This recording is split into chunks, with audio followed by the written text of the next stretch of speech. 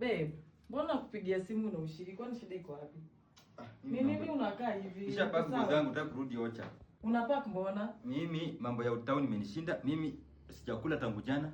Kiateka nataka pesa ya rent. Mimi sina pesa ya rent. So mimi nataka tu kwenda kwetu nikae na mama yangu. Hata mimi sijalipa rent, lakini acha tu nikutumie pesa nilikuwa nafaa kulipa nayo. Ulipe nayo. Okay. Ni 20,000 ujisotu ushughulike wache ukae hivi penye unakaa.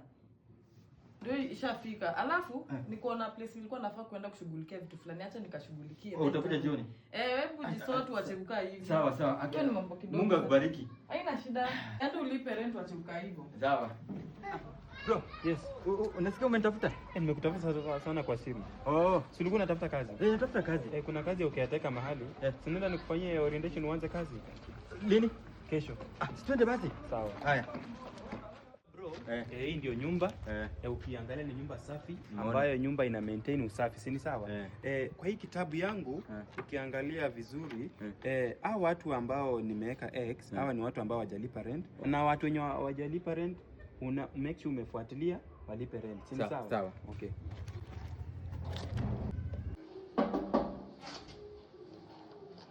Beo, mambo? Poa. Si uingie. Mbona umesimama hapo hivi? Mimi wewe hujapata notice? Notice ya nini? Uje mimi ndio nikiateka mke wa huko. Wacha. I'm happy for you. Happy for you. Si wewe ni boyfriend yangu. Angalia hapo kwa kitabu inasema wewe hujalipa rent for 3 months.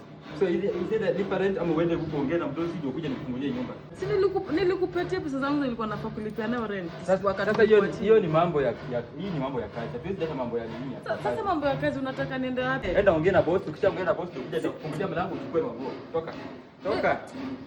Sasa enda ongea na boss. Sasa naenda kuongea naye tena unajua situation yenye niko. How are you? Umeniita? Nimekuita. Kuna kitu nilikuwa nataka kukuambia. Unajua sijai kuambia kuhusu babako. Na huyu mgeni amekaa hapa, huyu ndo babako.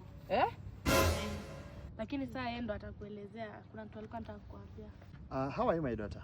I'm fine. Yeah, me I called Mr. Evans Moses. Mimi ndio baba yako. Na nimekuwa kwa mahusiano hapo awali na mama yako, ingawaje tulikosana kidogo kimatamshi. Lakini hiyo si kitu ambayo imenileta hapa leo. Mimi kitu ambayo imenileta hapa kwa siku ya leo ni kwamba niko na properties ambayo nataka watoto wangu wa inherit. Na you being amongst my children, nataka uende inherit one of the properties mahali fulani. Sawa sawa? Thank you dad. Aki mambo kuniambia. Nilikuwa nataka yeye mwenyewe akuambie. Thank you. Yeah, ilikuwa ni mimi mwenyewe nikuje nikuambia, na unajua ilikuwa ni safari. I'm jetting out of the country leo jioni. So na nilikuwa nataka twende without wasting much time. Si ndio? Twende nionyeshe. Okay? My daughter. Yes. So hii ndio property nilikuwa nimekuambia, ambayo nilikuwa nimekuambia uta inherit. Sawa sawa? Yes. Na I think utakuwa unaishi F2 hapa juu, second floor. Sawa sawa? Lakini dad unajua nini? Yes. Nilifukuzwa hapo kwa sababu sikulilipa rent. I used to stay in this plot. What? But anyway, wachana na hiyo ni mambo ya kitambo. This is your property. Kuanzia sasa. Sawa sawa? Thank you dad. All right. Sawa sawa. But let me call the caretaker. Caretaker. Boss. Yes. Ukuniambia nini?